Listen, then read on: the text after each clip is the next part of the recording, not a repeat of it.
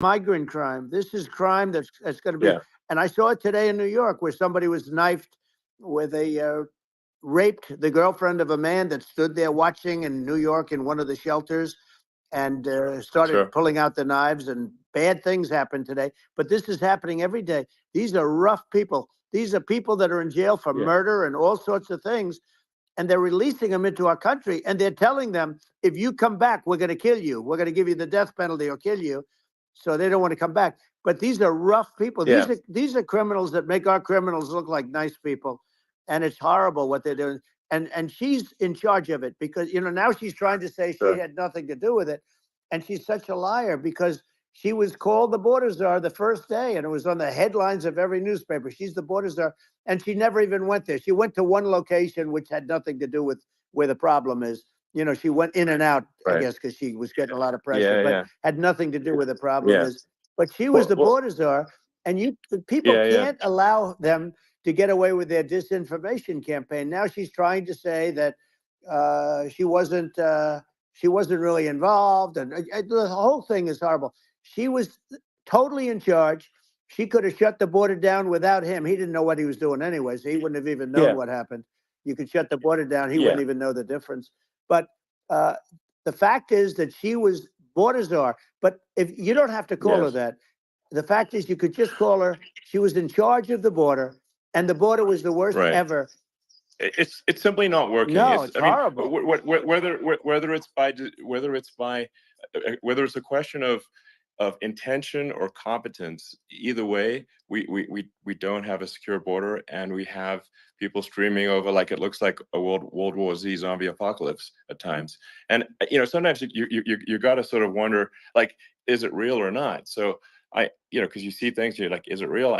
So I went to the border at Eagle Pass, and I saw for myself in Texas, and I was like, okay, it's real. I'm like seeing this in real time. I actually posted the video like just live. I just flew there one day and just to see, hey, is this made up or real? And I'm just seeing people stream across the border, and I have to say, at least the people that I saw did not look friendly.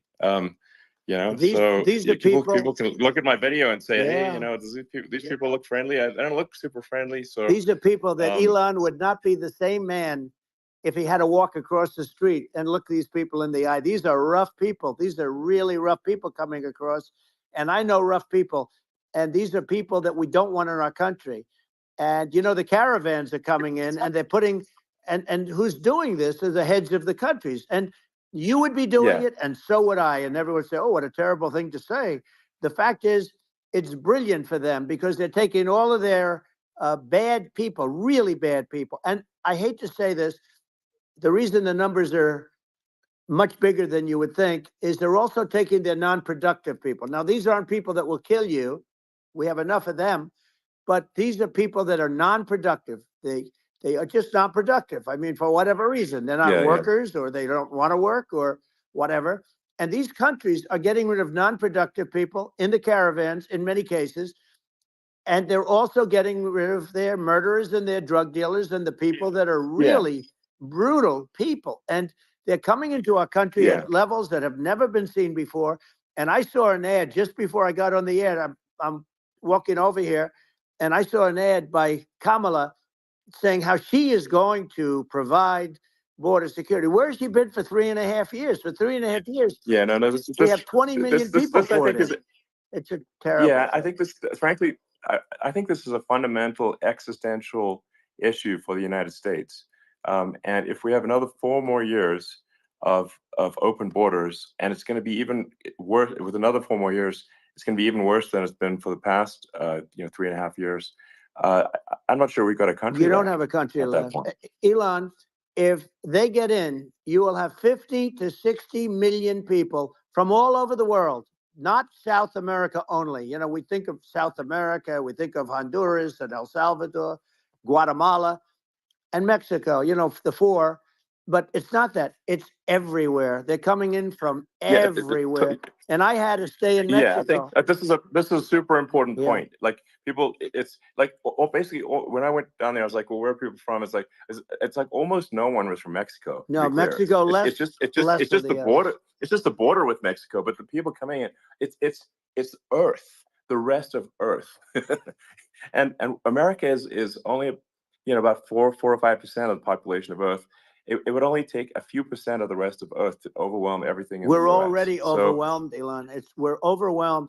You had to see the news tonight about New York. New York, and I love that place, and what they're doing to it is horrible, what they're doing to it. And all the courts do is they yeah, try and focus on Trump. Okay, let's focus on Trump, who did nothing wrong. I complain about a rigged election. Elon, what's happened is unbelievable. You have from Africa, from the Congo, they're coming from the Congo, and 22 people came in from the Congo recently, and they're murderers, and they dropped them. They drop them. They take them out of jails, which is very expensive, to maintain the jails. Although they don't do too much maintaining, I can tell you. But they take them out of jails, prisons. They take them out and they bring them to the United States. They deposit them in the United States and say, "Don't ever come back, or you're going to be executed." And they don't want to come back, but they won't come back. sure. But they're coming from Africa. They're coming from Asia. They're coming from the Middle East. They're coming from South Well, America. just They're Earth, coming from rest of Earth, everywhere. basically. And there are a lot of Yeah, really everywhere on bad Earth. ones. It's just an everywhere on Earth thing, and it's just not possible for the United States to absorb, everyone from Earth, or even a few percent of the rest of Earth. It's just not possible. Well, So Elon, we're going to have, that's just yeah, to finish this up, we're going to have the largest deportation in history of this country. And we have no choice. Otherwise, we're going to have a country, what they've done to our country. Think of it, with in Venezuela and in some of these other countries, crime is down 50, 60, 70, 80%. And you would be the same. You would have. yeah, I'll yeah, tell you what, Venezuela has not gotten rid of all of them. They've gotten rid of about 70% of their really bad people. Their jails are about 50% uh, put into the United States. The same with other countries. Some sure. are at 30%, some are at 50%. They're all different. But the bottom line is they're all going to be at 100%. Why wouldn't you put 100% of it? Yeah, And they're doing it right now while this third-rate phony candidate. Don't forget, I beat Biden. He failed in the debate miserably. And, some people said, "Oh, gee, it's too bad. It's too bad he did so badly," or "I did well in the debate." The first night they said, "Wow." One of the people at CNN said that was the greatest debate performance I've ever witnessed. And then 2 days later, they didn't talk about that. They just said he was bad. But that's okay. That's the way I get treated. And I don't mind that at all. What I can tell you is this: we cannot have a Democrat. We cannot have her. She's incompetent. She's as bad as Biden in a different. Look, yeah. she hasn't done an I mean, interview since this yeah, whole scam started. And say what you want. This yeah, was a coup. This was a coup of a president of the United States. He didn't want to leave, and they said we can do it the nice yeah. way or we can do it the No, hard way. yeah. No, I mean, they just took him out back behind the shed and basically shot him. What they did Biden. with this guy, So and I'm no yeah, fan of his, and he was a horrible president, the worst president in history. And one of the reasons he was so bad, first of all, the Israeli attack would have never happened. Russia would never have attacked Ukraine, and we'd have no inflation. And we wouldn't have had the Afghanistan mess, if you think of it. well, And we wouldn't have had yeah, Afghanistan. But we think of well, it, yeah. you take a few of those events away, and we have a different world. We would also have No, no, you're yeah. inflation was caused by oil. Yeah, no, no. I think you make an excellent point here, which is that when other countries can, that are, are thinking about invading or doing bad things, when they're thinking about that, they're thinking about, okay, what's the American president going to do, and do they fear the American president, or is there someone they do not respect and do not fear? And I think they would. They rightfully be. I mean, but look at that the footage of the assassination. They're like, okay, uh, President Trump is like, don't mess with me. I mean, that's like. Whereas I think people are not going to be, and they obviously have not been at all intimidated by Biden, and they certainly will not be intimidated by Kamala. And you have to really think of that in the context of global security. That's that if the American president is someone that, like, evil dictators are scared of, that makes a huge difference to the security of the world. So I had a good relationship with Putin, despite the Russia hoax that lasted for over 2 years. Just a hoax created by Hillary Clinton and Adam Shifty Schiff, some just bad people, just sick people. frankly. I mean, Schiff is a sick person. He's going to end up probably being a senator. It's hard to believe. The whole thing is hard to believe. But, they put our country in danger with that stuff, too. They actually, when they make up stories, and you have to fight your way out of it for a long time. But I know Putin very well. I got along with him very well. He respected me, and it's just one of those things. And we would talk a lot about Ukraine. It was the apple of his eye. But I said, don't ever do it. Don't ever do it. I shut down Nord Stream 2. That was the big oil pipeline, the biggest, I think, the biggest pipeline in the world going all over Europe. I shut it down. Biden came, and then they say, Yeah. I loved Russia. I was a friend of Putin, and I loved Russia. No, he actually said to me one time, he said, if you're my friend, I'd hate to see you as an enemy. I shut down his pipeline, the biggest pipeline. They were looking at that to fund, and this pathetic president gets in there. And the first thing he did, one of the early things he did, is he shut down Keystone XL pipeline, which is our pipeline that would have employed 48,000 people, pipeline workers, shuts it down. That was, a massive job that Obama refused to allow. Yeah. I allowed it in my first week because it was jobs and it moved oil. And by the way, in a much more environmentally friendly way. It's underground. It's not a truck that catches on fire or a train that catches on fire. But think of it. He shut down the XL pipeline, the Keystone XL pipeline. Yeah. He shuts that down, and he approves the Russian pipeline. Yeah, it doesn't make any sense. It's inconsistent. Certainly, but I mean, I think it's just worth emphasizing, to listeners, the immense importance of whether the United States president is intimidating or not intimidating, and how much that matters to global security, because there's some real tough characters out there, and if they don't think the American president is tough, they will do what they want to do. I know every one of and them. that puts the whole world in danger. Elon, I know every one of them, and I know them well. I know Putin. I know President Xi. I know Kim Jong-un of North Korea. I know every one of them. And let me tell you, people will say, oh, this is terrible. He said, I'm not saying anything good or bad. They're at the top of their game. They're tough. They're smart. They're vicious. And they're going to protect their country, whether they love their country. They probably do. It's just a different form of love, but they're going to protect their country. But these are tough people at the top of their game. And when they see a Kamala or when they see Biden, Sleepy Joe, they can't even believe it. They can't believe this happened. All the stuff that you're seeing now, all the horror that you look at Israel, they're all waiting for an attack from Iran. Iran would not be attacking, believe me. When I was there, and I say it with respect, because I think we would have been good with Iran. I don't want to do anything bad to Iran, but they knew not to mess around. Iran was broke because I told China, if you buy from Iran oil, it's all about the oil. That's where the money is. But if you buy oil from Iran, you're not going to do any business with the United States. And I meant it. And they said, we'll pass. They didn't buy oil. Other countries, likewise. Sure. You want to buy, you're not doing business with the United States. And they were at a point where they had no money for Hamas. They had no money for Hezbollah. They had no money for any of these instruments of terror. And it was amazing. In fact, there were articles when I was leaving, which is hard to believe, actually, especially when you look at what's happened to our country. Our country is so bad right now. It's such a different place. We were respected. Think of it. 4 years ago, we were so respected to a point where when I said don't buy oil, they didn't buy oil, but they had no money, and Israel would have never been attacked. Zero chance. And again, I said to Vladimir Putin, I said, don't do it. You can't do it, Vladimir. You do it, it's going to be a bad day. You cannot do it. And I told him things that what I do, and he said, no way. And I said, way. And it's the last time we ever had the conversation. He would never have done. I got along well with him. I hope to get along well with him again. Getting along well with them is a good thing, not a bad thing. I got along well with Kim Jong-un. When I met with President Obama just before entering, it's a sort of a ritual. And I sat down with him and we talked. It was supposed to be for a very short period of time. It turned out to be a long period of time. I said, what's the biggest problem? He said, North Korea.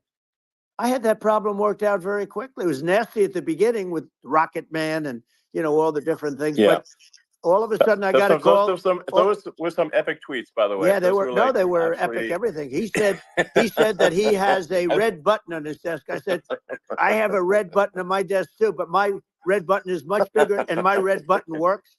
And then I called him Little Rocket Man of Little Rocket Man. Anyway, here's the bottom line. All of a sudden, I got a call from him, and they said they want to meet. They want to meet me, and we met. Yeah. As you remember, we met in Singapore. We met also in Vietnam, and I got along with him great. We were in no danger. But President Obama thought we were going to end up in a war, a nuclear war with him. And let me tell you, he's got a lot of nuclear stuff too. Exactly. He's got plenty of nuclear. He can do plenty of damage. So yes, I mean, it's because people like Kim Jong-un, they respond to strength, not weakness. Well, he and I had a good relationship. Remember I met him and we walked onto his land. Nobody ever walked onto his land before. I walked onto. I wouldn't say let's bring up Secret Service again. I wouldn't say they were thrilled when I did that. I walked onto his land, and it was an amazing period. But we were not in danger with him because of me. I always say that we have enemies on the outside and we have enemies on the inside. We have some really bad people in our government and people that are controlling of the people. I mean, I'd mention names, but I really don't want to give them the credit. But we have some really bad, and I say they're more dangerous than Russia and China. If you have a smart president, a president that gets it, we are not in danger from those countries because they need us and they need our help. I mean, we forced Obama, if you think about it, Obama and Biden, and Bush to a certain extent, in all fairness, forced Russia and China together.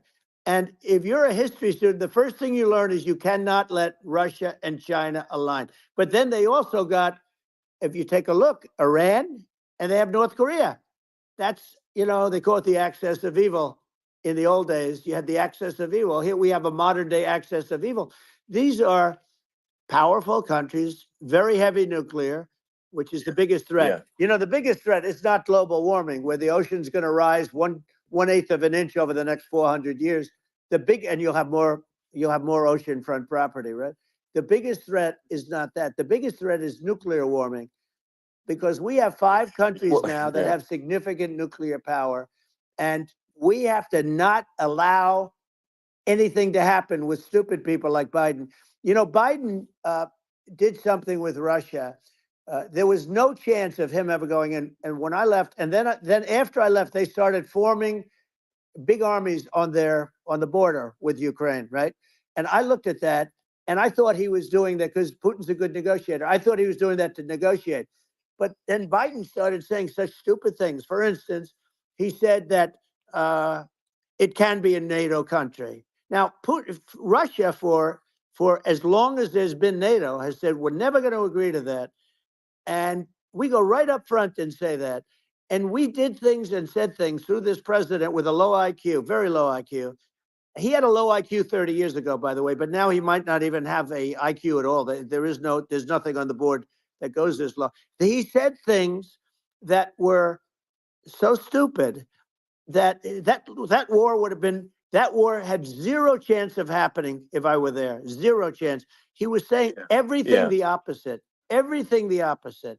And it's so sad because many more people have been killed in Ukraine than you read about. You don't read about how bloody it is and how disastrous. Sure. Hey, look, just in the 2 armies, you lost 500,000 people. And Ukraine's having a hard time. Ukraine, I don't know if you saw the article recently, and it's true. You don't hear the true story. But if you think about it, Russia's gone, Russia defeated Germany with us, and they defeated Napoleon. They've been around a long time. They're a big fighting force, and it's very unfair. And Ukraine now doesn't have enough men. They're now using young men and very old men to fight. And we're in a very bad position. And I'm not going to blame exclusively, but I can tell you I could have stopped that. And a smart president could have stopped that. It wouldn't have happened.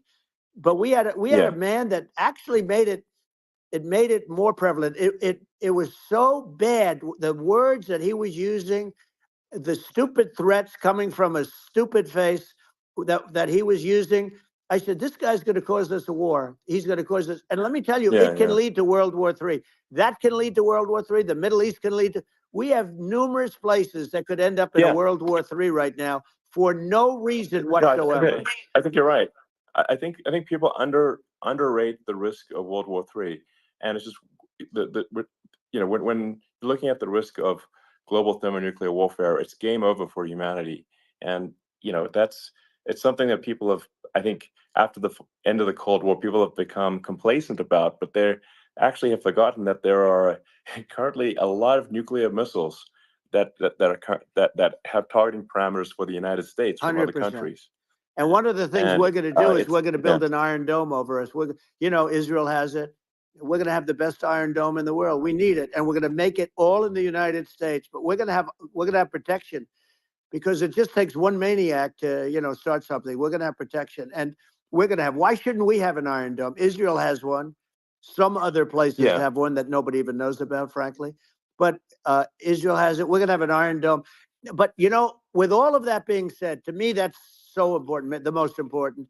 But with all of that being said, the election's coming up, and the people want to hear about the economy and the fact that Absolutely, they can't sure. buy groceries because they don't have enough money to buy groceries. The inflation has killed them. Food prices are up 50, 60, even 100% in some cases. And this stupid administration allowed this to happen, and it's a shame.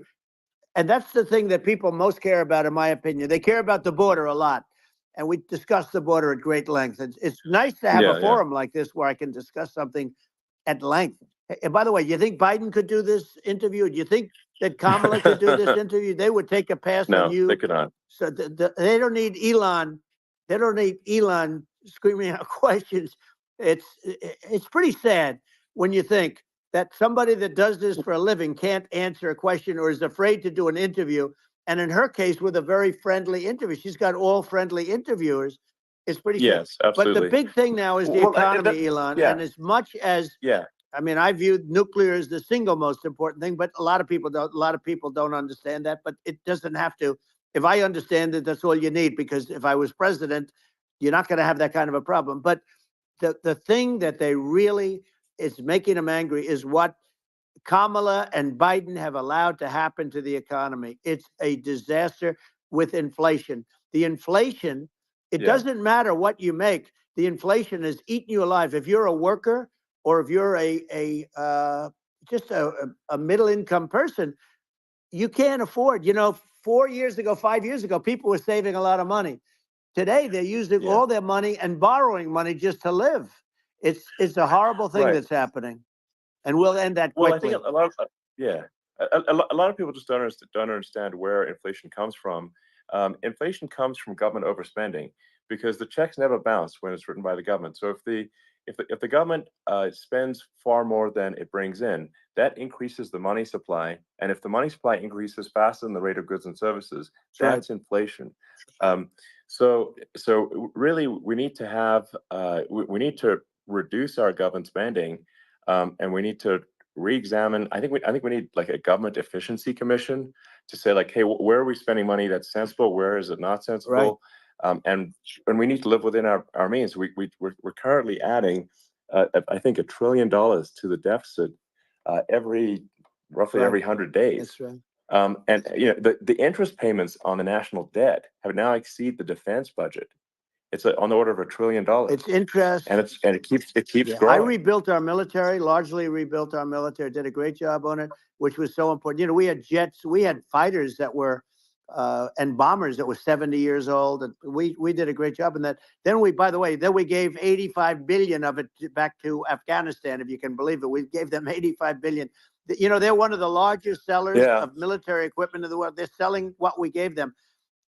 That was one of the most embarrassing days in the history of our country. But if you think about, let's go back to the economy. We have to bring energy prices down. Energy started at the price of gasoline. Now your cars don't require too much gasoline, so you have a good, and you do make a great product. I have to say, I have to be honest with you. That doesn't mean everybody should have an electric car, but these are minor details. But your product is incredible.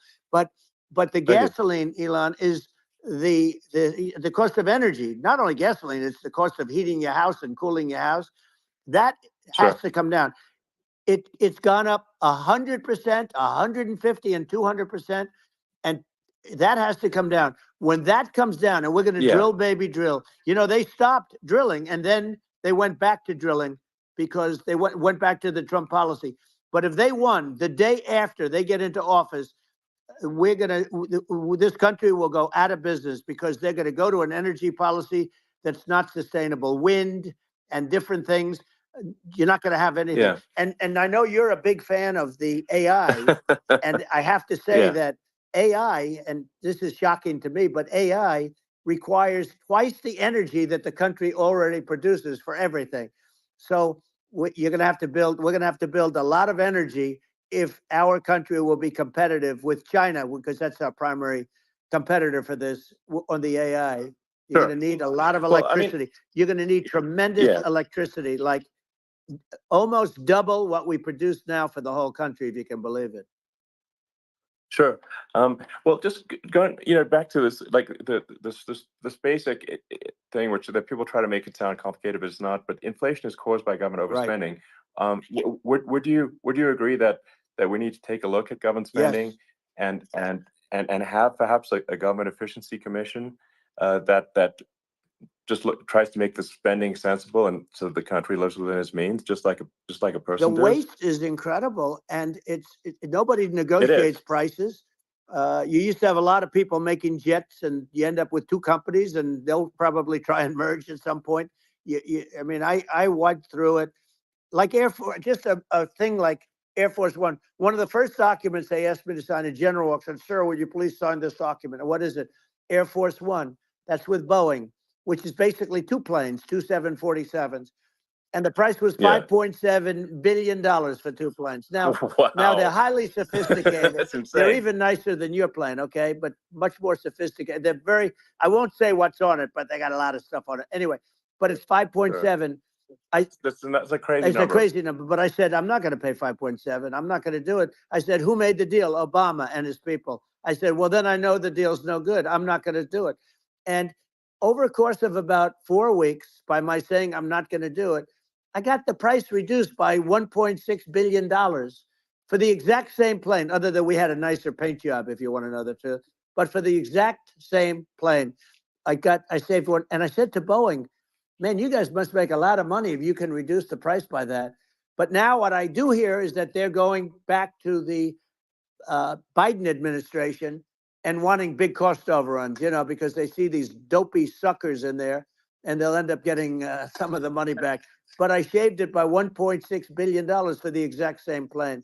And you can now take that and multiply that out times thousands of other items.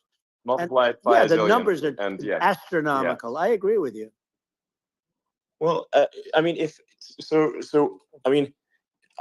I think it would be great to just have a government efficiency commission that takes a look at these things and just ensures that the taxpayer money, the taxpayers' hard-earned money, is spent in a good way.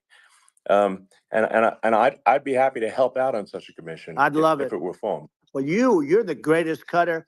I mean, I look at what you do. You walk in and you just say, you want to quit? They go on strike. I won't mention the name of the company, but they go on strike, and you say, that's okay. You're all gone. You're all gone. So every one of you is gone, and you are the greatest. You would be very good. Oh, you would love it. But, if you look at Argentina. Well, I'd be happy to help by the way, out. congratulations. Yeah. I just looked at the number of people that are listening to you and I chat. We'll call it a chat. But congratulations. This is very good. I mean, it's great. And you're an interesting character. The new head of a place called Argentina, and he's a big, Malay's awesome. he's great. And he's a big MAGA fan, that he ran on MAGA. And he took it to an extreme too. He ran on MAGA, and I hear he's doing really a terrific job. It's called Make Argentina Great Again. It worked out perfectly. He came in, he bought a lot of hats, he brought everything, but he's doing a big job. He really cut. And I'm hearing they're starting to do pretty well. Inflation's getting down. They had like 2,000%. Exactly. They had inflation like not normal inflation. They had the real deal. But We're going to Yeah. have that pretty soon. I think we have the worst inflation we've had in 100 years. They say it's 48 years. I don't believe it. I think we have the worst. They don't include a lot of the items that should be included, you know. Yeah. Well, it's just from government overspending and not spending taxpayer money Yeah. effectively, and having just like so many departments you can't even name them all. And what Milei is doing is he's cutting government spending. He's simplifying things. He's having putting in regulations that make sense. And we're Argentina overnight is experiencing a giant improvement That's right. in prosperity. But it's also a lesson for the United States, which is that Argentina used to be one of the most prosperous countries in the world. In the I think in the 30s, 40s, and because of bad government policy, it ruined the country. And if you take Venezuela, for example, Venezuela should be incredibly prosperous. They have phenomenal reserves of everything, oil, everything, and it should be prosperous. But if the government's wrong, it impoverishes the people. And so I think we should not be complacent in the United States in thinking that and taking our prosperity for granted, because if with bad government policy, we can run the country into the ground.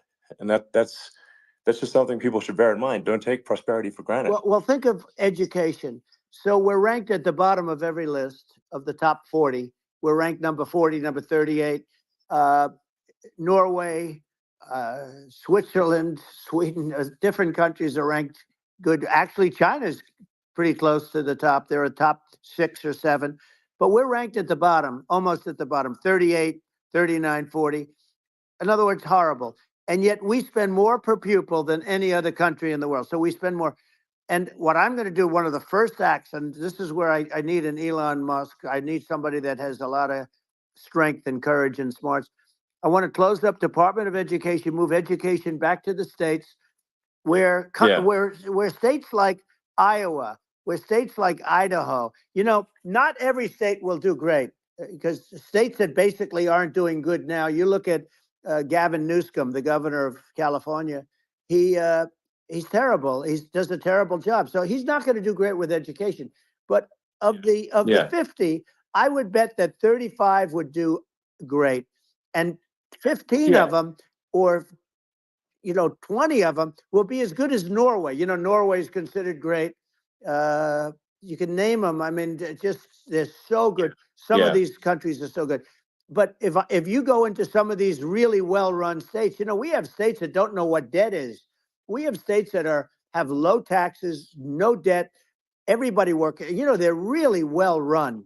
Sure. And maybe they have certain advantages in terms of location, in terms of, the land or the sun and the water and the whole thing. There are a lot of advantages that some people have. But if you moved education back to the 50, you'll have some that won't do well, but they'll actually be forced to do better, because it'll be a pretty bad situation. But if you think about it, you'll have some of these states. I'll bet you'd have 30, 35 states. It'll be much better. And you know what it'll cost? Less than half what it is in Washington. And these people don't care about the students in these, faraway states. And it'd be unbelievable. Yeah. I think you're making a good point in that if the states have to if each state has to compete against other states, then people will naturally move to states where it's better. Well, like California, as we said, it's a badly run state. I could go through. I got so many friends that are in those states, even if they're Democrats. I hate to mention certain states, but Illinois is badly run with Pritzker. He's a real loser. But some of these places are just badly run. But it's almost going to force them to run better, and they won't do it good initially. But you're not going to do worse than you're doing right now. And I would say that the cost, you would cut your cost by 50 or 60%. And you'd have a little monitor. You want to make sure they're teaching English, as an example. Give us a little English, right? Sure. Right? Yeah. No, but I mean, too much. I mean, some of these governors are doing so badly. I mean, they got so many people moving out of their state. They should get U-Haul Salesman of the Year award because they're driving so much U-Haul. It's actually amazing. People moving out. Isn't it amazing to you as a businessman that they can even survive. Like Illinois, so many people are leaving, and you wonder, how do they survive? I mean, how do they survive? Uh, I saw where you left California and you moved to Texas. Texas does a great job. But, you know, I Yeah. mean, I just wonder, how do these states survive when big businesses, a big oil company just left California, as you know, and they moved to Texas. How do these big states survive when they lose so many businesses and their taxes are already really high? You know, the taxes are among the highest Yeah. taxes. You almost wonder, how do they continue on? And in many cases, the governors don't do a good job in their crime-ridden places. You wonder, how do they continue to just go on? It's not Well, a good I think there's. situation. I mean, I think the only thing that's going to force some of these states to change is if they risk bankruptcy and they're not getting bailed out by the federal Right, government. right. Well, That's you're the going to only thing have that's going to that. get them to change. You remember the Yeah. area in California where they had that, where I guess somebody had sticky fingers and they stole a lot of money, and they went into a form of chapter, and it was very Yeah. nasty for Yeah. a period of time. But now it's probably the most popular place in all of California. So you know, at some point, something like that may have to happen. But the problem is, you can't penalize people that loan money to the state when you have incompetent people like a Pritzker. Look, the family didn't want him in the family business, and then he ends up being governor of Illinois. So you know what, is he going to be? Is he going to be a great governor? And you know, you have people. I could name every one of them. I got to know every one of Yep. these, and some are very good, and some are just horrible. Well, I think that I mean the larger point here, too, as you're saying, like a lot of people are concerned about the economy, a lot of people are concerned about inflation, and inflation is effectively a tax on people that save money, Yeah, and for people that are working day to day, it's just a form of taxation, and if we can solve the government spending problem, we'll solve the inflation problem, which means people will have a better standard of living, and yeah. that's a really big Well, the deal. people that got hurt Um, worst are the people that did it the way they were taught to do it all through, you know, their younger life and their young life and their whole life. The people that saved money and then they got no interest on their money and inflation destroyed them. And frankly, they were almost better off if they didn't do anything like that. I mean, those people have been absolutely decimated, and we're going to bring those people back and help those people. We've got to get the prices down. You know, when I look at bacon costing 4 or 5 times more than it did a few years ago, sure. when you look at some of the food products in grocery stores, people go, they can't believe it. They used to be able to buy a whole cart, and today, you know, a lot of people just don't have the money. They go in and they can't buy anything. They look at Yeah. it's sticker I shock. think They it. call it Yeah. sticker shock, right? I think it really just comes, like I said, I think it just comes down to really, I guess, two things, which is that if you solve government overspending, you solve inflation, which improves living Right. standards of the average person, and then if you deregulate, like have sensible regulations, so because a lot of the regulations are nonsensical and cause the cost to be extreme for no reason, but unless you've got effective deregulation. Like Reagan did a great job on deregulation in the 80s, but it's been 40 years since we had That's right. anyone really. I mean, during your administration, we made some progress, but I think there's opportunity to make, I think, radical progress with sensible regulation. Yeah. And Well, if those Elon, we those two things, yeah, those are the big yeah, deals. we set a record. We did more deregulation and more restrictions on all of the different businesses than any other president. Remember, I had the rule for everyone we put in, you have to get rid of 10 or 12. And we did Yeah. radical cuts on all of that. And a lot of that's being put back by this administration. And we did radical cuts on things that weren't necessary. But we were all set. You know, we had the best economy ever maybe in the world. And then what happened is COVID came in and we had to focus on that and nobody knew what it was. And I always say I got good marks on economy, good marks on military. We knocked out ISIS. We did so many different things. We rebuilt. But, you know, I never got the credit that we really deserved on what we did with COVID. We never got the credit. But if had that not happened, a gift from China, from Wuhan, came in from Wuhan, the Wuhan labs, and I always said it, and it turned out to be right. But Yeah. had that not happened, we were set to start reducing debt. We were going to reduce taxes further. I gave the largest tax cuts, and we were going to reduce taxes still further for middle income people, not only businesses. But we did it for businesses because they're the ones that's why we had the great job numbers. But we were set to really start reducing debt. And, we're sitting on the biggest pile of liquid gold anywhere in the world, bigger than Saudi Arabia, bigger than Russia. And we were going to drill, and we were going to make so much money. We were going to supply Europe with oil. I had stopped the Russian pipeline, and we were going to supply them with oil and gas. We were going to make a fortune. And then the COVID came in, and we really had to divert. Then what happened is when they came in, we kept a lot of businesses alive. If I didn't do what we did, we would have had a 1929 type depression. But the problem is when Biden came in, he got trillions of dollars and just started spending it stupidly. You didn't need it anymore. We got over that bad period where everybody was dying and feeling, it was just not a good period. Interestingly, during his administration, many more people died during his administration of COVID than during my administration, and we really got the brunt of it. But people don't realize more people died during his administration than ours. But it diverted us from doing what I wanted to do. But we had the greatest for almost 3 years.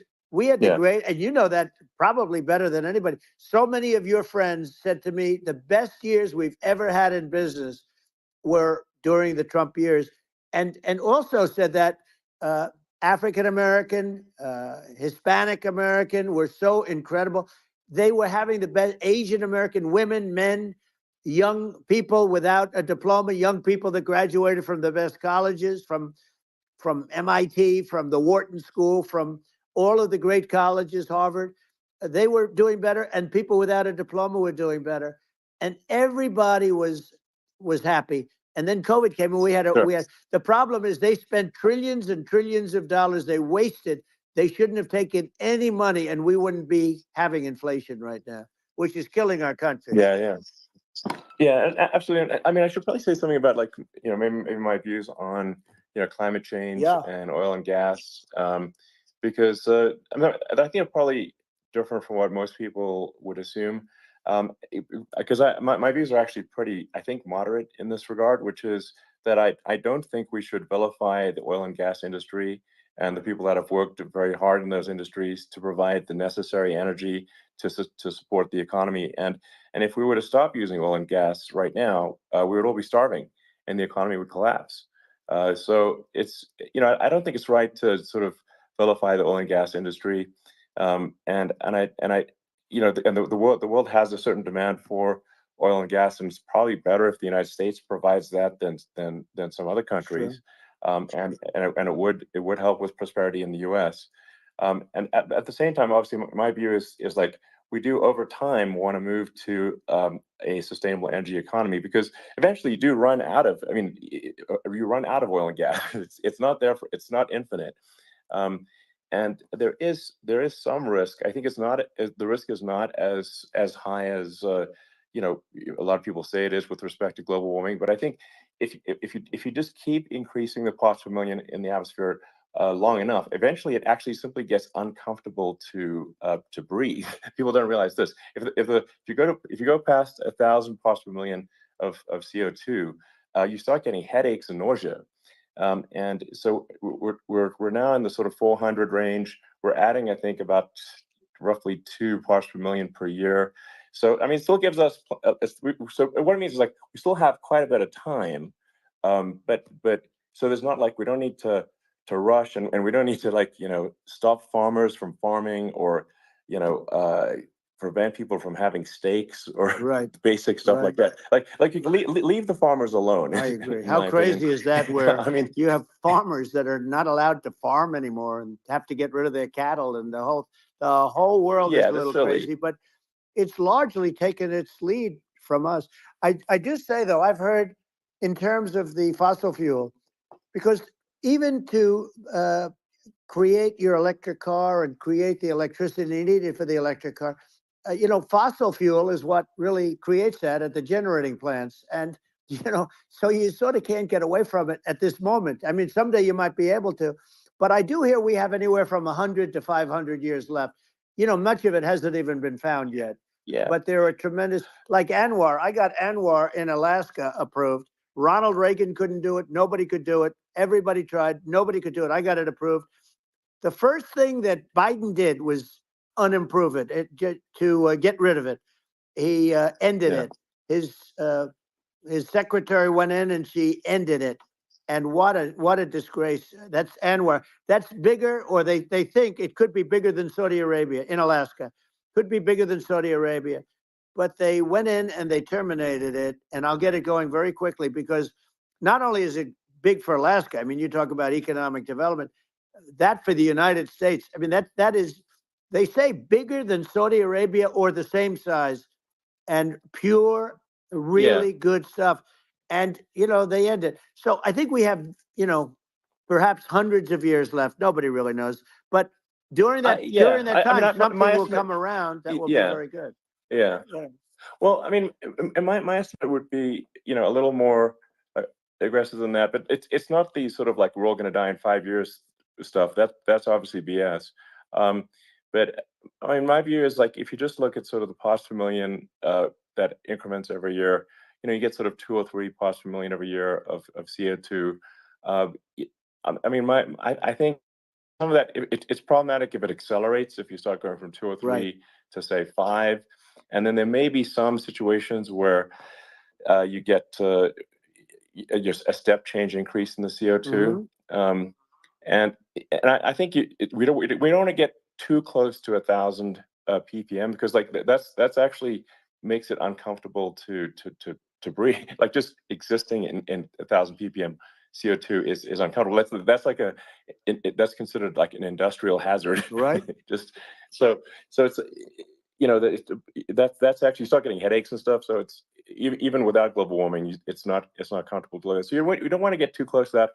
But I mean, I think I think we want to just move over, and if I don't know, 50 to 100 years from now, we're I don't know, mostly sustainable, I think that'll probably be okay. So it's not like the house is on fire immediately, but I think it is something we need to move towards. And on balance, it's probably better to move there faster than slower, but like I said, without vilifying the oil and gas industry, and without causing hardship in the short term. I think this can be done without, but people can still have a stake, and they can still drive gasoline cars, and it's okay. It's like, it's not. I don't think we should vilify people for it, but I think we should just generally lean in the direction of sustainability. I actually think solar is going to be a majority of Earth's energy generation in the future, and it's certainly trending that way. And so you get the solar power, combine that with batteries, so because obviously the sun doesn't shine at night, and then you use that to charge the electric cars, and you have a long-term sustainable solution. And that's what Tesla is trying to move things towards, and I think we've made a lot of progress in that regard. But when you look at our cars, we don't believe that environmentalism, that caring about the environment should mean that you have to suffer. So we make sure that our cars are beautiful, that they drive well, that they're fast, they're sexy. I mean, they're cool. In fact, literally, I made this sexy joke: Model S, Model 3, Model X, and Y spells out sexy. It's probably the most expensive joke out there. But I don't know, I like cheesy humor, So, but I'm a big fan of, like, let's have an inspiring future, and let's work towards a better future, and we can do so without demonizing people. Right. I'm okay. It's very interesting. You use the word global warming, and today they use the word climate change, because you have some places that go up, and so they were getting themselves in a little trouble with the word global warming, because not every place is warming. Some places are going the opposite direction. But I'm sort of waiting for you to come up with solar panels on the roofs of your cars and on the trunks of the cars, and it just seems like something that at some point you will come up with. I'm sure you'll be the first. But it would seem that a solar panel on the roofs, on flat surfaces, on certain surfaces, might be good. Yeah. At least in certain areas of the country where you have the world, where you have the sun. But I would think, and I have no idea because that's not my world, but I would think that this would be something that would be interesting. But the one thing that I don't understand is that people talk about global warming or they talk about climate change, but they never talk about nuclear warming. And to me, Sure. that's an immediate problem because you have, as I said, 5 countries where you have major nuclear, and probably some others are getting there, and that's very dangerous. That's where you need a strong American president because you don't want to have this proliferation. But you have 5 countries and getting more. China is much less than us right now, but they're going to catch us sooner than people think. They're way lower. Russia and us are number 1, and I mean, we're sort of tied. And China is far behind, but they're developing at a level that you're not surprised to hear very fast. They'll end up catching up, maybe even surpassing. But to me, the biggest problem is not climate change. It's not, and everything's a problem, but it's degrees. To me, the big problem is the nuclear power. The power of nuclear is so great. And when I talk about I'll prevent World War III, I will. But the truth is that you have to, because this is no longer army tanks going back and forth and shooting at each other. This is a level of destruction and power that nobody's ever seen before. Yeah, and actually, there's the bad side of nuclear, which is a nuclear war, very bad side. But there's also, I think, nuclear electricity generation is underrated. You're right. And it's actually, people have this fear of nuclear electricity generation, but it's actually one of the safest forms of electricity generation. It's just a huge misunderstanding. And if you look at the injuries and deaths, caused by, say, I mean, I'm not going to try to pick on coal mining, but just any kind of mining operation. And there's a certain number of injuries and deaths per year. And you compare that to nuclear. Nuclear is actually way better. So it's underrated as an electricity source, and I think it's something that's worth reconsidering. But there's so much regulation that people can't get it done. So that maybe they'll have to change the name. The name is it's a rough name. There are some areas like when you see what happened in bad branding. We'll have to rebrand it. We'll have to give it a good name. We'll name it after you or something. No, it has a branding problem. When you see what happened, it does have a branding problem. When you see what happened in Japan, where they say you won't be able to go on the land for about 3,000 years. Did you ever see that? And in Russia, where they had the problem, where they there's a lot of bad things happened, and they have a problem. And they say that in 2,000 years, people will start to occupy the land again. You realize it's pretty bad. No, that's not true. But you're right about it. It's amazing. It's actually not that bad. So like after Fukushima happened in Japan, like people were asking me in California, are we worried about like a nuclear cloud coming from Japan? I'm like, no, that's crazy. It's not even dangerous in Fukushima. I actually flew there and ate locally grown vegetables on TV to prove it. And I donated a solar water treatment, a solar powered system for a water treatment plant. And but you haven't been feeling so well lately, and I'm worried about it. No, but I mean, I'm only kidding. It's fine, It's like Hiroshima and Nagasaki were bombed, but now they're like full cities again. So it's really not something that That's right. So it's not as scary as people think, basically. But let's see. I mean, are there some other topics we should touch on? Like lawfare. I think we need to be concerned about what they've done to this country. Obviously, yeah. Well, we just won the big case in Florida. This was a Biden administration did something that's never been done in this country, and that's go after their political opponent, me, with this nonsense and just nonsense. And the big case in Florida we won, but they always pick a judge and a jury, and they use the local DAs, they use the local attorney generals, like Fani, Fani, spelled Fani, Fani, and it's all a big hoax, and it's all run from there, like in Manhattan. One of the top people from the Justice Department went in, ran Manhattan, ran the state. The Letitia James deal was run by a person from the Department of Justice, Biden. They've never done this before, and they set up a very bad precedent. It's called lawfare, warfare. It's a terrible thing, and never happened in our country. It does happen in banana republics and third world countries, but it's never happened. And the incredible thing is it actually drove my numbers up because people see, fortunately, I have a platform like you, or, in all fairness, like a conversation like this, where I can talk about it and people understand. I mean, you fight for election integrity and you end up getting indicted because you're fighting for election integrity. And when the day comes that you can't fight for election integrity, you don't have a country anymore. So what happens? What Yeah. happens is they went after their political opponent, me.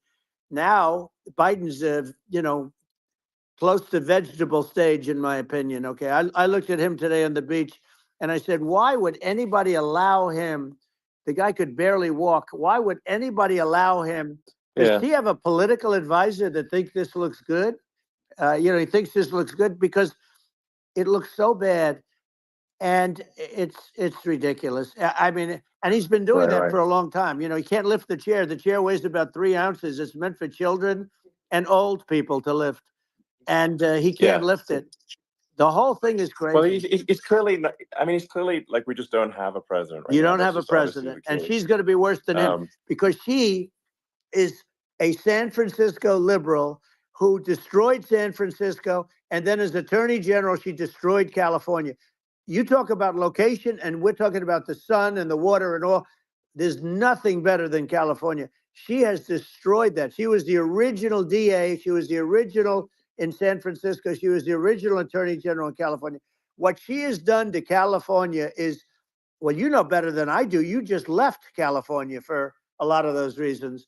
And what she's done with crime, with cashless bail, where you kill somebody. I mean, we have states there you kill somebody and they let you out right away. I mean, you don't have to even put up, and then they never find the people unless they kill again, and then they let them out again.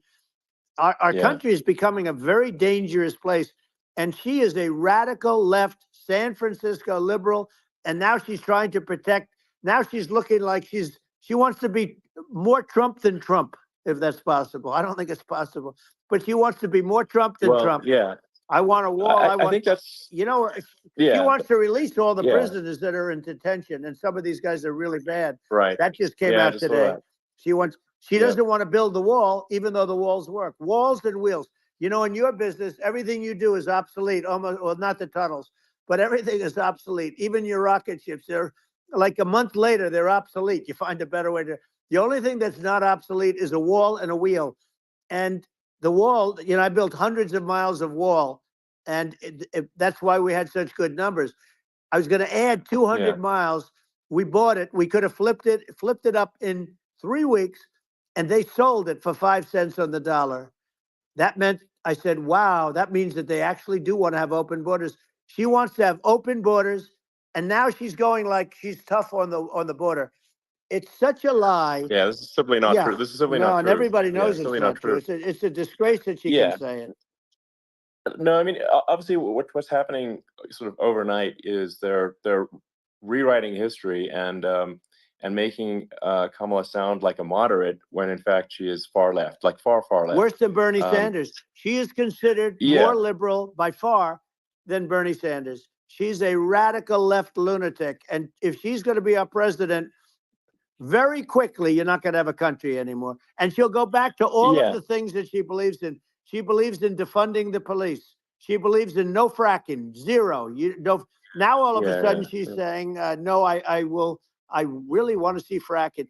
If they got in, the day she got in, she'll end fracking. And by the way, if people didn't think that, the lunatics that really believe in that, they won't vote for her. Like the Palestinians and Israel. She is so anti-Israel, and she's bad for both. Biden actually did something that was impossible. Both sides hate him, both sides. That was a hard thing to do, unification. Yeah, no. I mean, Netanyahu came to give a talk to a joint Senate and House sitting, and I was there, and Kamala stood him up. What does that say? I think it's highly disrespectful. And I say, if you're a Jewish person or if you believe in Israel, if you're a person that, is a very pro-Israel, if you vote for her, it's worse than Biden. And Biden was bad. But if you vote for her, you ought to have your head examined. And you see tonight, I mean, as we're doing this, I'm seeing reports coming that they expect an attack tonight or tomorrow from hundreds and maybe thousands of rockets. You know, their Iron Dome, as they call it, as we all call it, but their shield that they build, that can be swamped. We'll use the term that's Yeah. appropriate, swamped. But they Yeah. swamp it by shooting enough missiles. You know this better than anybody. By shooting enough missiles, Sure. they can't defend themselves. You know, they just obliterate the whole Yeah. place. And that's what some people think they're looking to do. And we have no leadership. There's no respect for the United States of America with these people. And I'm telling you, Yeah. she'll be worse than him because she's a believer Yeah, no, in I being think you're right. radical left, and he wasn't. I think you're right. I mean, you really, it's important for the public that may be listening to this to look at Kamala's track record, before the last month, and say, is that a track record you agree with? And I think if you're an independent moderate, you definitely would not agree with it, because it is her behavior has been far left, and we're seeing just an overnight propaganda attempt to rewrite history and make it sound like Kamala's moderate when she in fact is not moderate. Well, her so I her think running mate approved, signed into legislation, tampons in boys' bathrooms. Okay, now Yeah, that's all that's I have weird. to hear. Tampons in That's boys' weird. bathrooms, and that means she Yeah, believes in that too. I mean, yeah, that's she not picked okay. this guy because he was the closest to her. A lot of people thought she'd pick sort of the opposite, but she picked an anti-Israel radical left person. But she is far worse, they say, than Bernie Sanders. If we have her as a president, if we have a Democrat at this moment as the president, I don't think our country can survive. I think it's a massive. I think we're in massive trouble, frankly, with the Kamala administration, and that's my honest opinion. And I think really it's essential that you win for the good of the country for this election. And I mean I'm just stating my opinion. Now you may have seen this, but I got a letter from the EU Commission saying to not have disinformation on during this discussion that we're having, and there's a lot of attempts to do censorship and to force censorship even on Americans from other countries. And what do you think about that? Well, I know the European Union very well. They take great advantage of the United States in trade, as you know. We, through a different forum, NATO, we protect them. And yet, if you build a car in the United States, you can't sell it in Europe. You just can't sell it. It's impossible. The same thing with our farmers. Our farmers find it very difficult to do business. You know, we have a deficit with them of $250 billion, which people don't know. It sounds so nice, the European Union, but let me tell you, they're not as tough as China, but they're bad. And I let them know it. And that's probably why they notified you. No, they don't treat our country well. We defend them, with Ukraine. So we're in for 250 billion, and they're in for about 71 billion, and they have the same size. If you add up the European nations that in terms of an economy, it's about the same size. When you say as us, and they're in, and they're in much greater risk. They're right there. We have an ocean separating us from. In this case, the enemy would be Russia. It used to be for the Soviet Union, but let's assume they're close enough.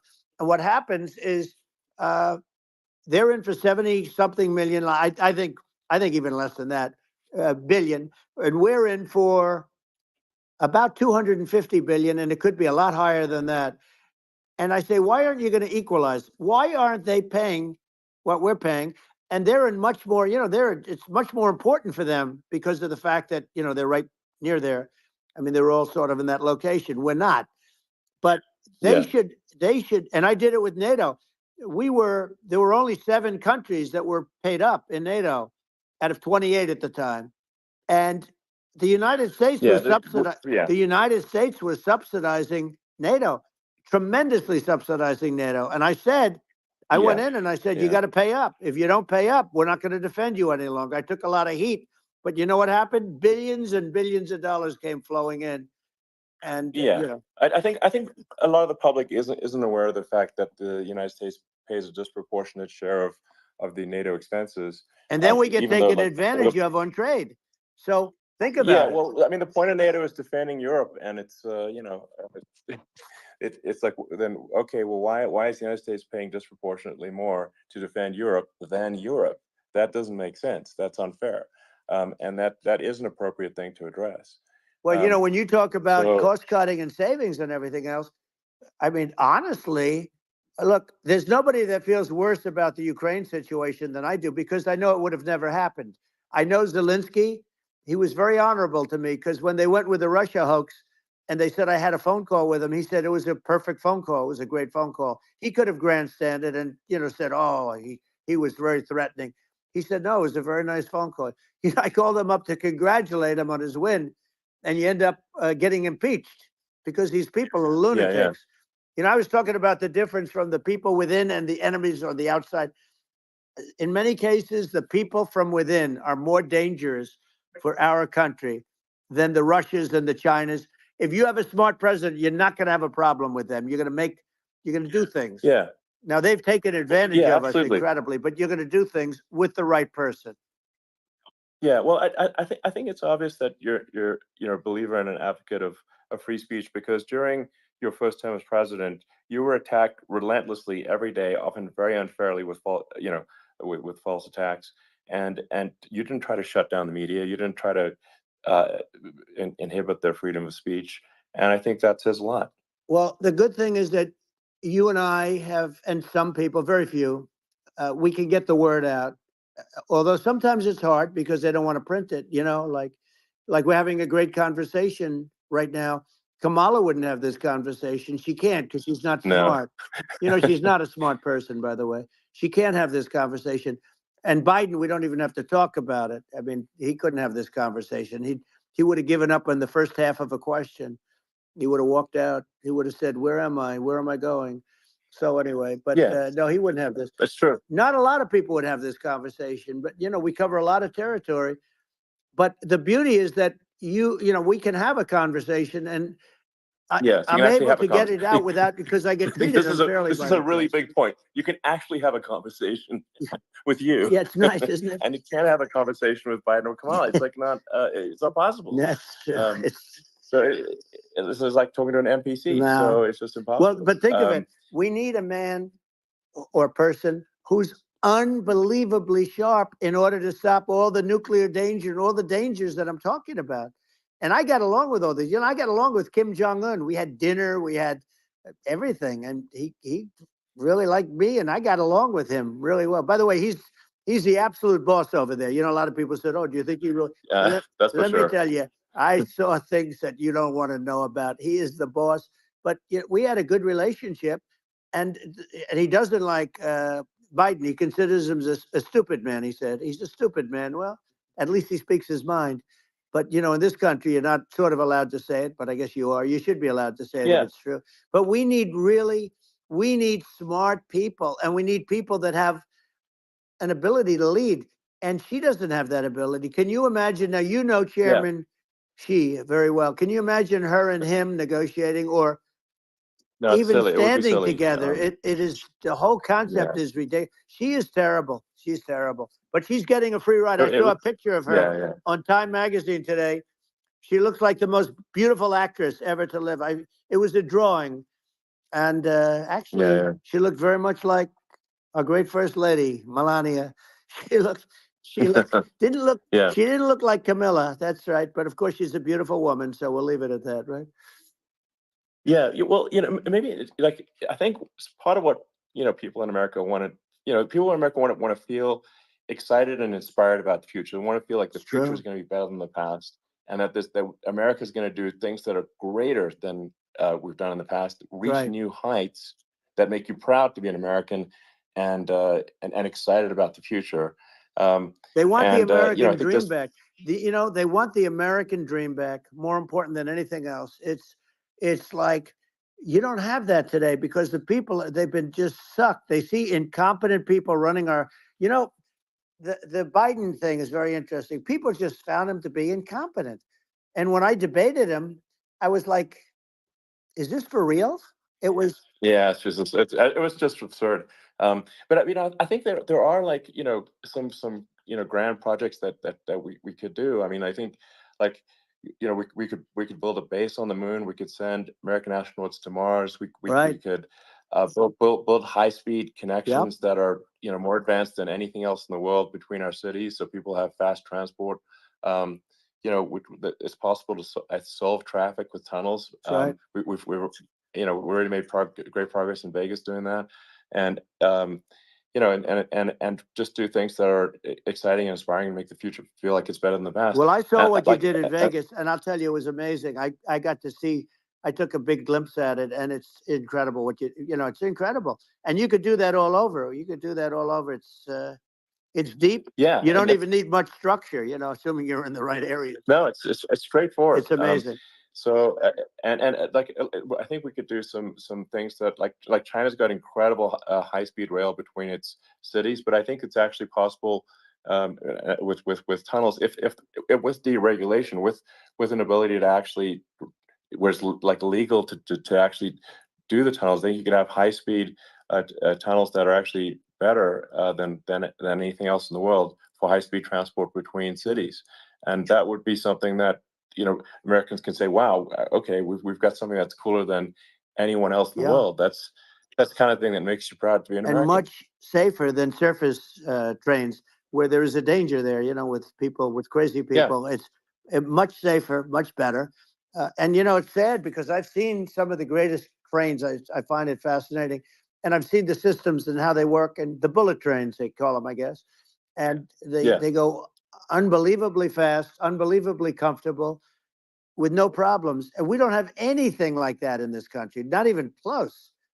And it doesn't make sense that we don't.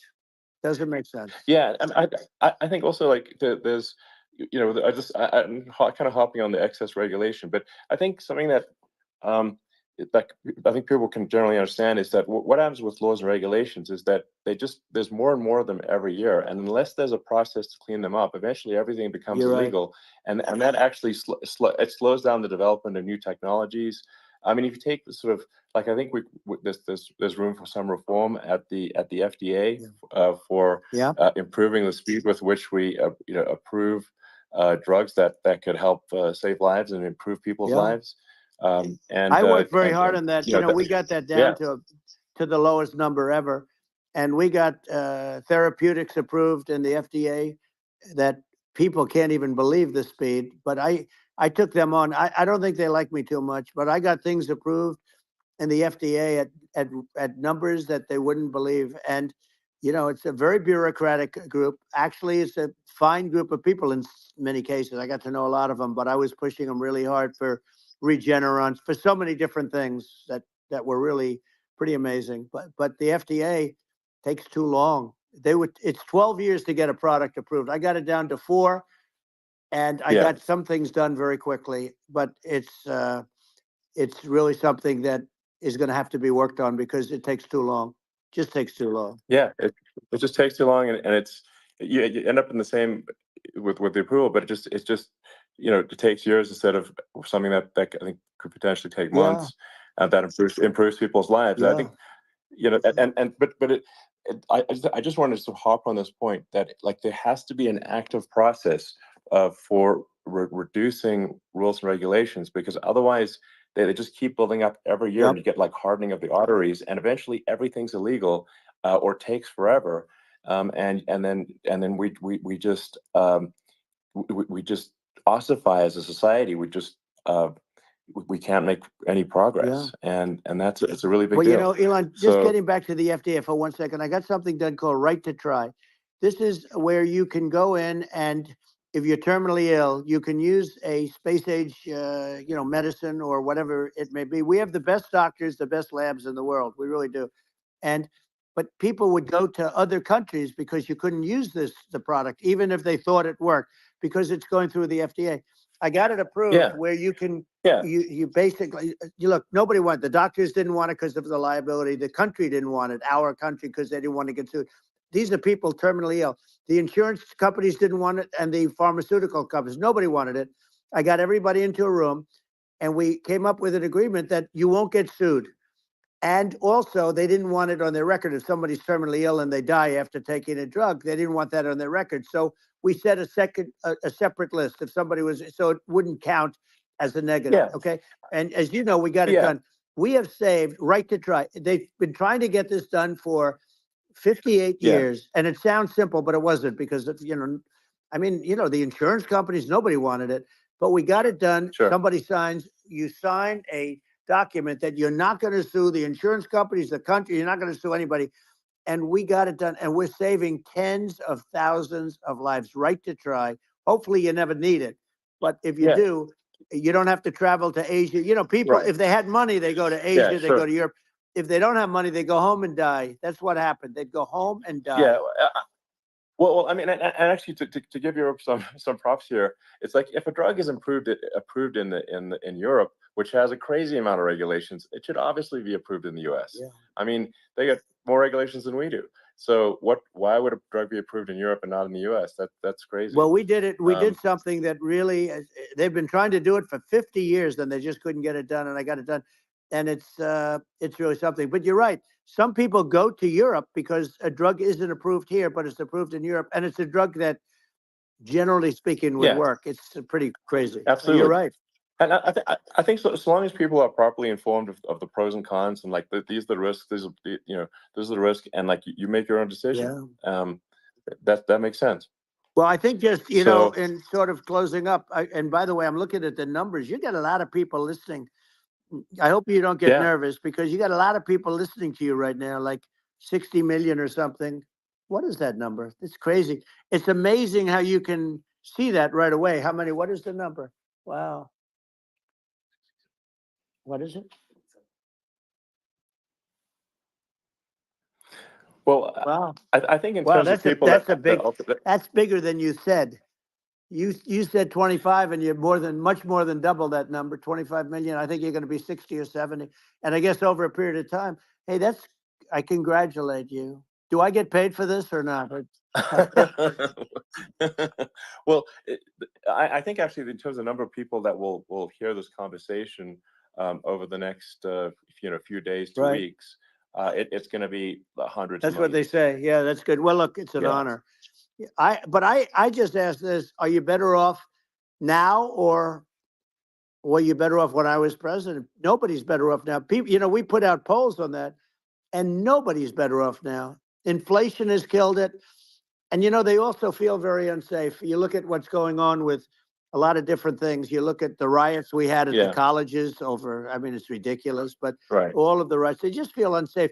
And now they really feel unsafe because you have a new form of crime. It's called migrant crime. I call it Biden migrant crime. Maybe I'll call it Kamala migrant crime. But with all these things, I always try to get to the ground truth by just asking people. And my mom lives in New York, and I was like, Mom, have any of your friends, been attacked or assaulted? And she said, yeah, 3 of her friends in 3 separate incidents were assaulted just in recent months, just walking around the streets of New York. And I said, well, what happened to the people that assaulted them? Oh, nothing. They got away. And they just know they always get away. Nothing's going. And they don't even bother reporting it, because they know that they're not going to, people are not going to get prosecuted. They just let, violent criminals out in New York. The only one that gets prosecuted is Donald Trump. They prosecute Trump. Yeah. I mean, it's just obviously messed up. Oh, it's terrible. If violent criminals are being getting off scot-free. And meanwhile the New York spending massive resources prosecuting you. And it's like, what's this, and I think the sort of sensible public looks at this and says, what the heck's going on here? This is obviously abuse of the legal system. The legal system is supposed to be protecting the public from violent criminals.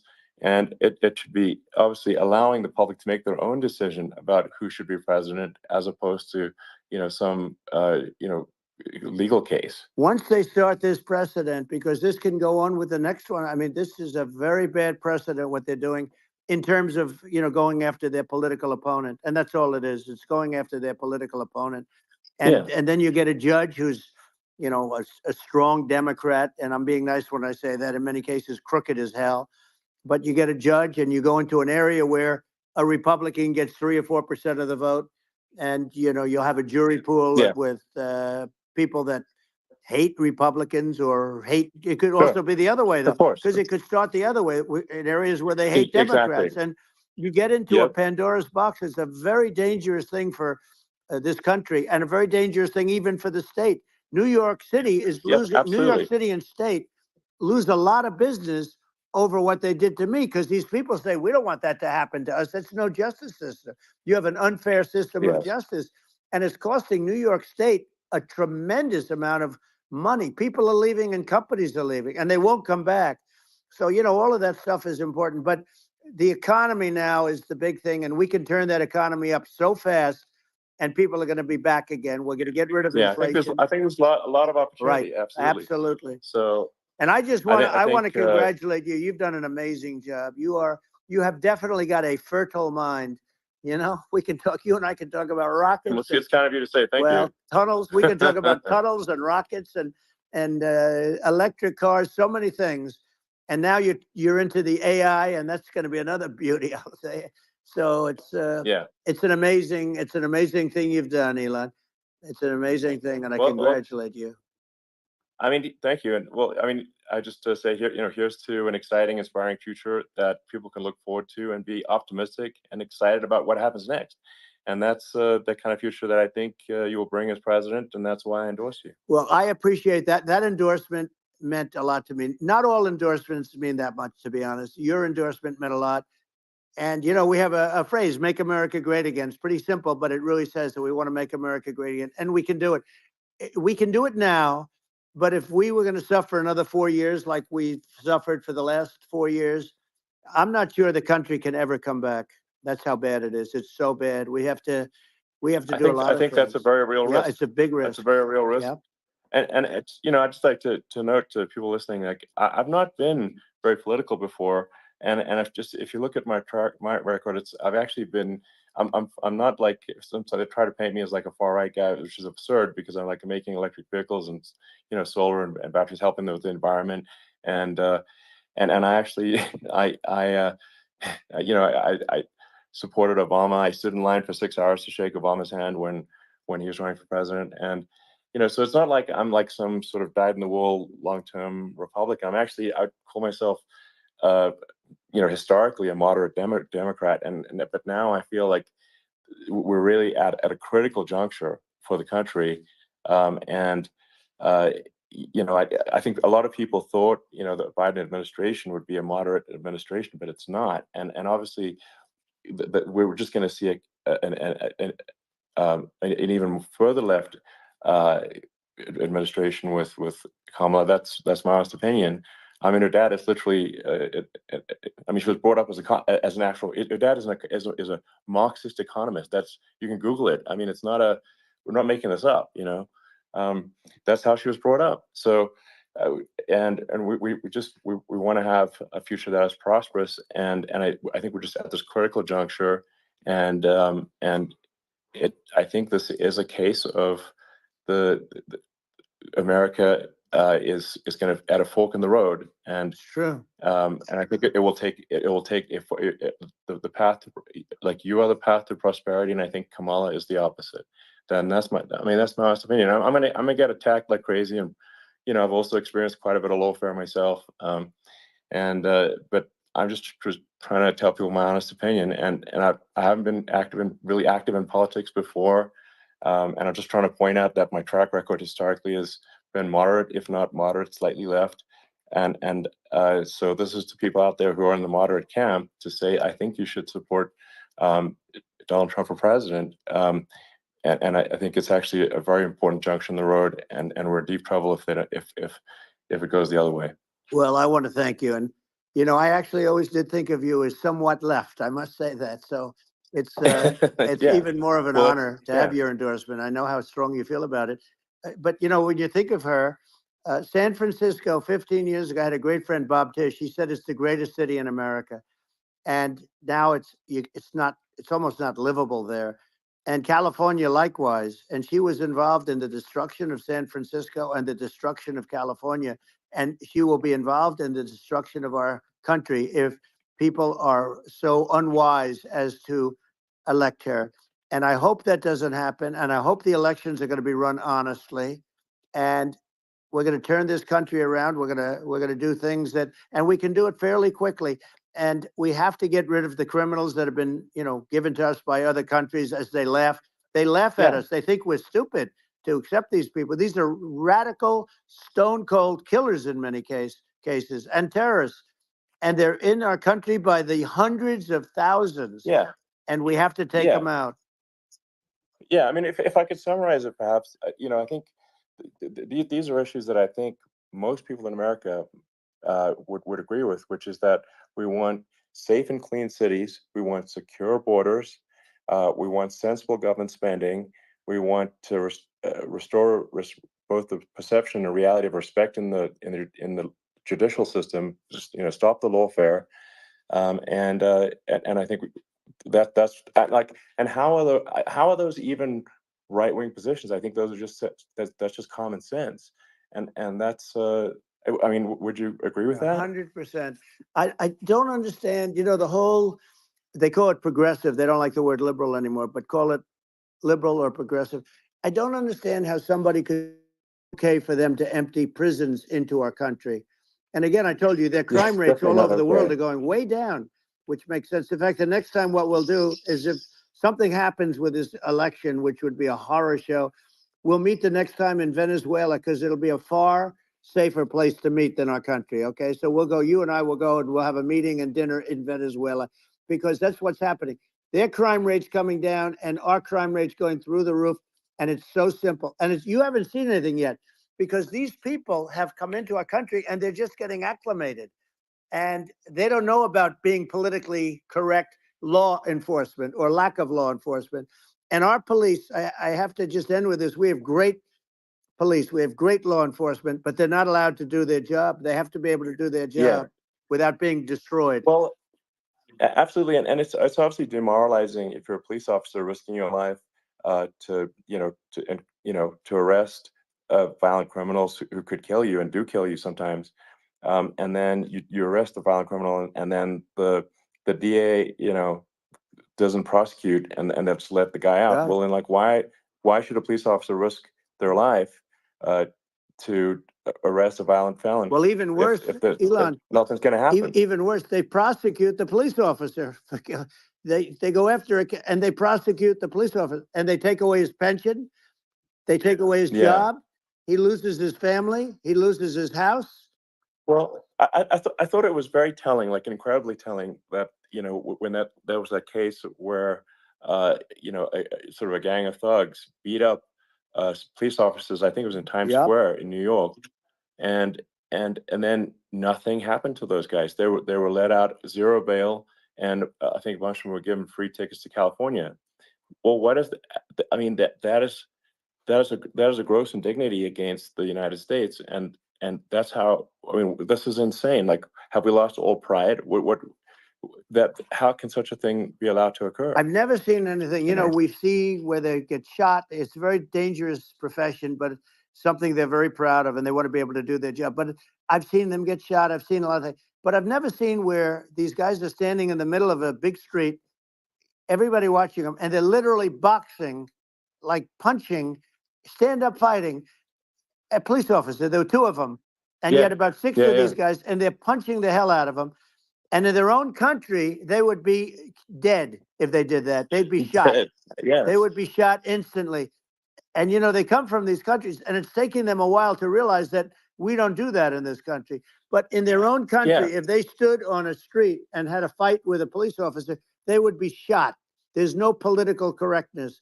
And it's such a sad, it's such a sad thing to see. And that's the reason you have crime, by the way, because we don't do anything about it. Yeah, we just cannot have a situation where our police officers are beaten up on camera by a gang of illegal immigrants, and then nothing happens to the guys that beat up the cops. I mean, and they're let out. This is unacceptable. Well, we're going to change it, and we're going to get them out of the country. When I first got involved, they said you couldn't get them back to these countries. You couldn't take them back. In the case of Guatemala, Honduras, El Salvador, some others, you couldn't get them back. And I said, really? Oh, you can't get it back? because under Obama, he couldn't get them back. They'd fly them in, and they'd put planes on the runways in these countries so you couldn't land a plane. They'd bring them back. And the generals told me, sir, we can't bring them back. The countries won't accept MS-13 gang members. They won't accept them. And I said, really, how much do we pay these various countries in terms of economic aid, which is also somewhat ridiculous? And the answer was $750 million. I said, good. Tell them they're in default. They're delinquent. We're not paying them anymore because they won't accept it. And you know what happened? They all called me, every one of them. They said, we would be honored to take them back, sir. We would be honored. It was so easy. But it's one of those things. And we got it back. We took in so many, the MS-13 is probably the worst gangs in the world. They're the most vicious, violent. We took them out of here by the thousands and got them out of here. And their countries took them back. And because I said, you're not getting any more economic aid. And once I said that, they were nice. They wouldn't take them back for Obama. They wouldn't take them back for anybody. And now we have a problem because we have this guy, and they don't take him back anymore with Biden because they don't respect him. It's just gotta be done. We just can't have whether they're citizens or not citizens. We can't have, because they won't prosecute citizens either, not just illegals. So if it's, you can't have violent, repeat violent offenders that are not that don't get incarcerated. That's right. Because they will obviously, by definition, continue to hurt people. And I think where part of this comes from is that there's and I do sort of consider myself liberal in some ways. I mean, it's just that you want to have empathy for people. Obviously, you want to have empathy for people. I totally agree with that. You want to have empathy, but you also have to have empathy for the victims of the criminals. And if you just have empathy for the criminals, it's actually shallow empathy. It's not real. You're not thinking. You have one layer deep empathy. You got to say, like, what if you don't incarcerate this person? Who are they going to hurt? They might kill someone, they might rape someone. If you don't incarcerate them, you have to have empathy for the victims. And there's a lack of empathy for the victims of the criminals, and too much empathy for the criminals. It doesn't make sense. That's why you want to have deep empathy for society as a whole, not shallow empathy for criminals. Right. And we have to give our police officers the dignity and the respect that they deserve. And we have to let them do their job. They can do a great job, but we have to let them do their job. And if we don't do that, it's going to all disappear. There's never been a society like this where you're allowed to do anything you want and nothing happens. And I'm talking about violent crime. And it's going to get more violent because these are really, really violent people. And we're going to get them out of our country, and we're going to get them back to because they were sent here by the presidents and by the various people that run those countries. And I know every one of those guys. And they're smart people, and they're streetwise people. And they really think that the USA is stupid. They think we're run by stupid people, and they happen to be right. But when I was there, we had no problem. We got them out. We took out thousands of MS-13 gang members. We brought them back. And now, again, it's the same old story. We don't do it. And they actually gave them a big increase in aid. They raised it up to billions of dollars, and they get nothing for it. So, I hope everybody's going to vote for Trump, and we're going to get this country straight. And I didn't need this. I didn't need this. I had a very nice life. I didn't need to go through court systems and go through all the other stuff and run at the same time. I have to run. I have to go through fake trials with, in some cases, corrupt judges, totally corrupt judges. I didn't need it. I had a nice life. I have great locations. I have beautiful oceans that I have places. But I felt it was important. And if I had to do it over again, you probably think I'm crazy for doing it, actually. But if I had to do it over again, I would have done it over again, because this is so much more important than me or my life. We're going to save this country. This country is going down. And these people are bad people that we're running against, and they're liars. They make statements. They do things that are so bad. They say they're going to make a strong border. They say they've been great on the border, and they've been the worst in history. They say they're going to stop crime. Like, the facts speak for themselves. It's so incredible. Speak for themselves. Like it's got to the point where people just don't even bother reporting crime in a lot of cities because they know nothing is going to happen. that's what I hear anecdotally from people all the time. Um, so it's just my values. I'm just saying to people out there, like the things I think are important for the future is like we've got to have safe cities, we've got to have secure borders, we've got to have sensible spending, and we've got to have deregulation, and Right. so we can have a prosperous future. And then we want to have some exciting, sort of moonshot projects that people can get fired up about, and that's the future I'm looking for. And I'm pro environment, but I'm not against. I'm not like I don't think we should vilify the oil and gas industry because they're keeping civilization going right now, and but I do think we want to move at a reasonable speed towards a sustainable energy economy. Those are my values, and I think um, and so I mean that's uh, why I'm supporting you for president. Well, I So appreciate it. We're going to give incentive to companies to come into our country, not to leave our country. We're going to be giving tremendous incentives. We want companies to build here, not to build in other locations. And we want to create jobs. And again, it's about the American dream. You don't hear about the American dream anymore, Elon. You don't hear. You're the American dream in the truest sense, but you don't hear about the American dream anymore. And you're going to hear about it. People, they need that incentive to go out yeah, and do it. And they're going to love their lives. I mean, they're going to look forward to getting up in the morning and going to a job that they love, not a job that they can't stand, or not any job at all where they have no money, where they yeah, literally have no money, and then they end up with violence and lots of other problems. No, we're yeah. going to do some great things. And I learned a lot in the first. We had a great economy and all of that. We rebuilt the military. We did so much, but I also learned the best people. I learned the good people, the smart people, the dumb people, the people that can do things. The people, you learn. When I first came in, I tell people I was in Washington D.C. only 17 times, according to the fake news media. I was in 17 times. I never stayed over.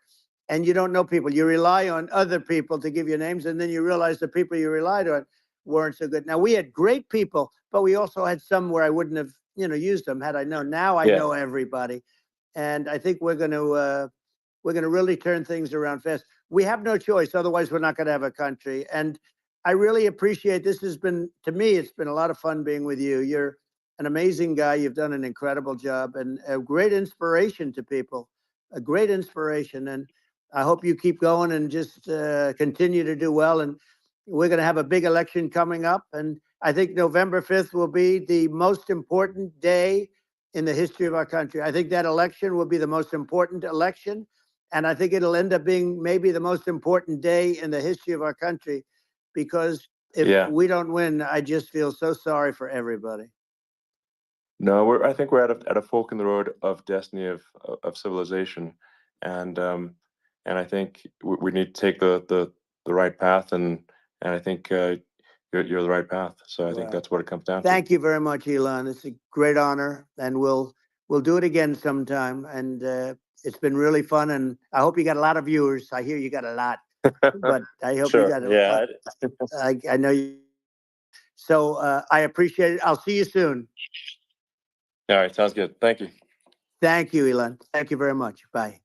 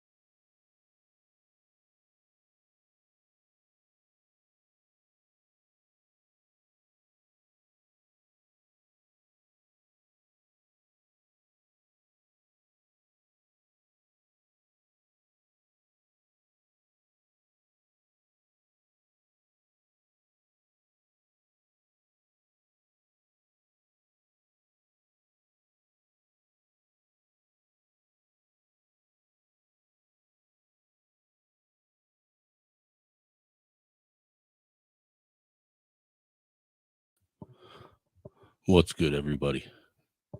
Can you hear me? Check 1 2 1 2 1 2 1 2. Give me a second. I want to pull a couple clips out of that, and then I'm going to do another live stream. So give me about 20 30 minutes to prepare, and I'll be right back. All right, deuces. Hold on.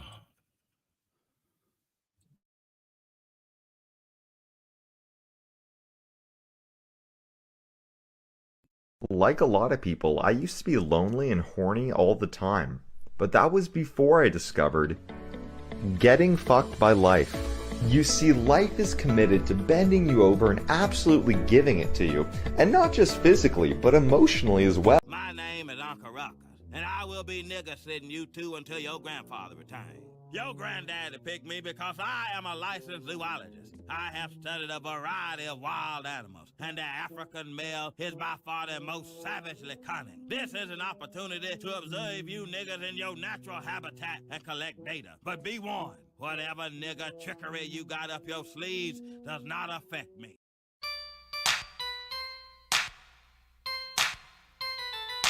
Whitey, whitey, whitey, forward, forward, forward.